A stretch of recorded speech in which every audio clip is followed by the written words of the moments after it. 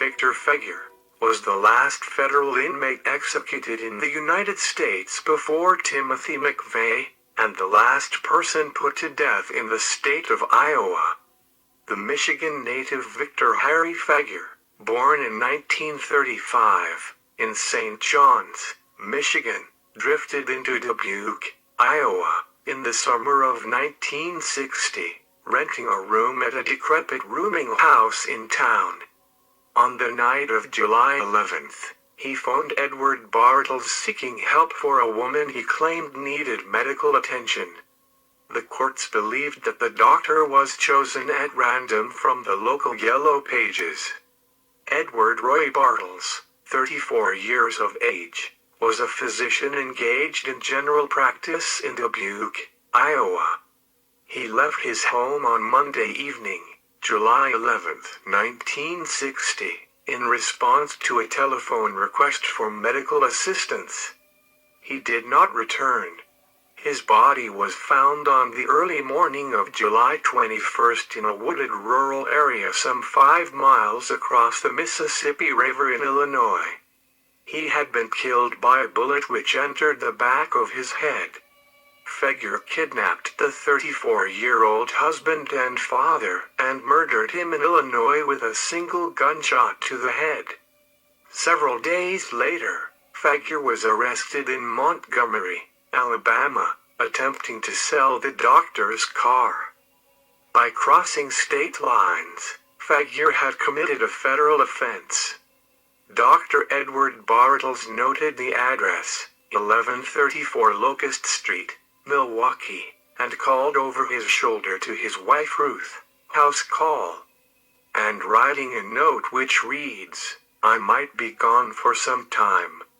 Then, grabbing his medical bag, he drove off to Locust Street. He was never seen alive again. When next day he still had not returned, Ruth Bartles called the police. At the apartment block in Locust Street, it became obvious that the doctor had been abducted by a tenant named Victor Feguer, who had a record of theft and burglary. While they were still trying to figure out why, Mrs. Bartles received an anonymous phone call. "Your husband is dead," said a man's voice before ringing off. After his arrest, Feguer claimed another man, a Chicago drug addict Feguer met in Dubuque, killed the doctor. Feguer claimed he then killed that man and dumped the body in the Mississippi River. Authorities never found a trace of the alleged killer. Feguer, a thin, bookish-looking man with thick glasses, was caught 11 days later by FBI agents while trying to sell the doctor's car. Victor Harry Feguer, on August 9, 1960, by indictment returned in the Northern District of Iowa, he was charged with a violation of the kidnapping. On July 11, 1960, he knowingly transported Edward Roy Bartles in interstate commerce from Iowa to Illinois, after Edward Roy Bartles was unlawfully kidnapped and held, and in that the victim was not liberated unharmed. Feguer pleaded not guilty. Feguer would not say another word. He refused to answer any questions, and in court all he would say was, "Not guilty of the charges. I want to waive the preliminary hearing, plead guilty and get it over with." He was declared sane and fit to stand trial, even though the motive for the kidnapping and murder remained his secret throughout his trial. The defense of insanity was noticed.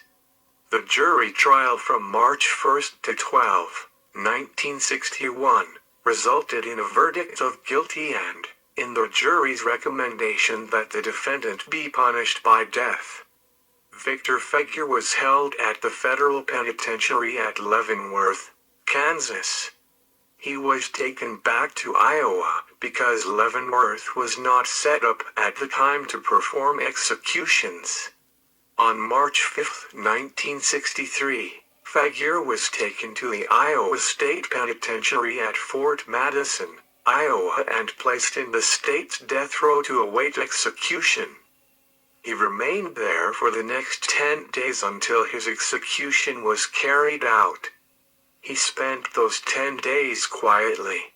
Guards said he was a model prisoner.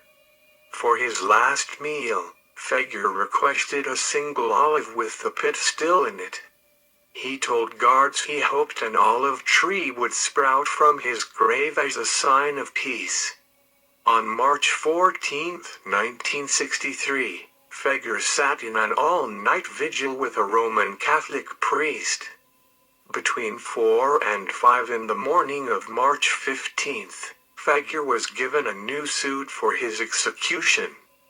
2 guards escorted him to the execution room, and he was executed by hanging.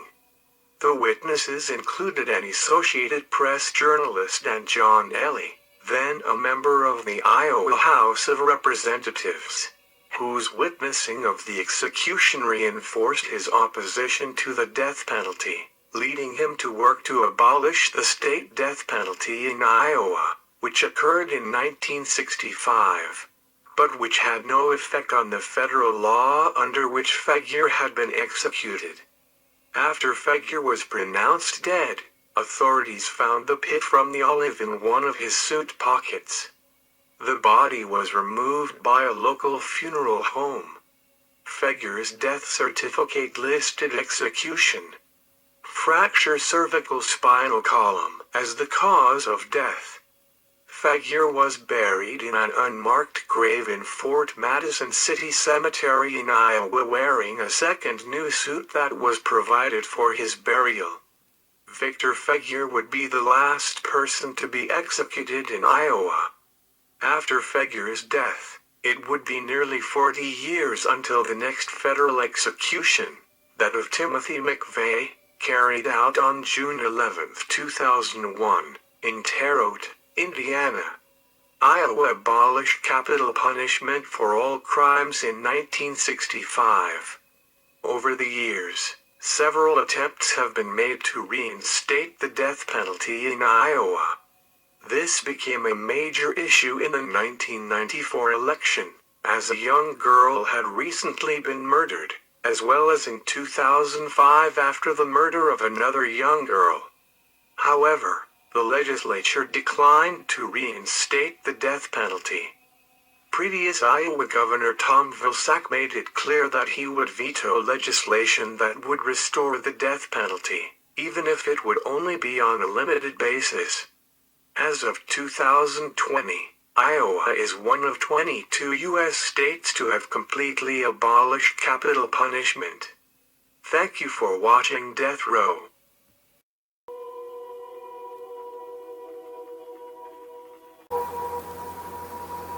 Today's video is sponsored by Nobility.co.uk, the leading company in selling legal titles in the United Kingdom.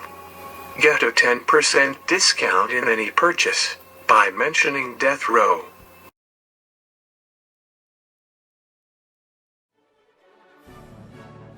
Here in the UK, there are 2 types of titles. Firstly, there are peerages, which are granted by the Queen. These are not allowed to be sold. Secondly, there are manorial feudal titles. These were once based on land ownership. However, since 1925, titles have been separate from the land itself, with the introduction of the Law of Property Act 1925. Here is the UK government website showing what titles are legal. Manorial feudal titles are regarded as inheritable property, which any nationality worldwide can purchase. Companies selling seated titles or titles with tiny plots of land whilst sounding good are in fact by law novelty souvenirs, not real, genuine titles. Legally approved by UK trading standards, barristers and a UK law lord, no other company has a law lord ruling, 100% legal and proper. You can add your title to passports, bank cards, etc. Even American and Canadian citizens can add the title to their passports on the observation page. All UK and foreign titles have passed 12 legal security checks before offering them for sale.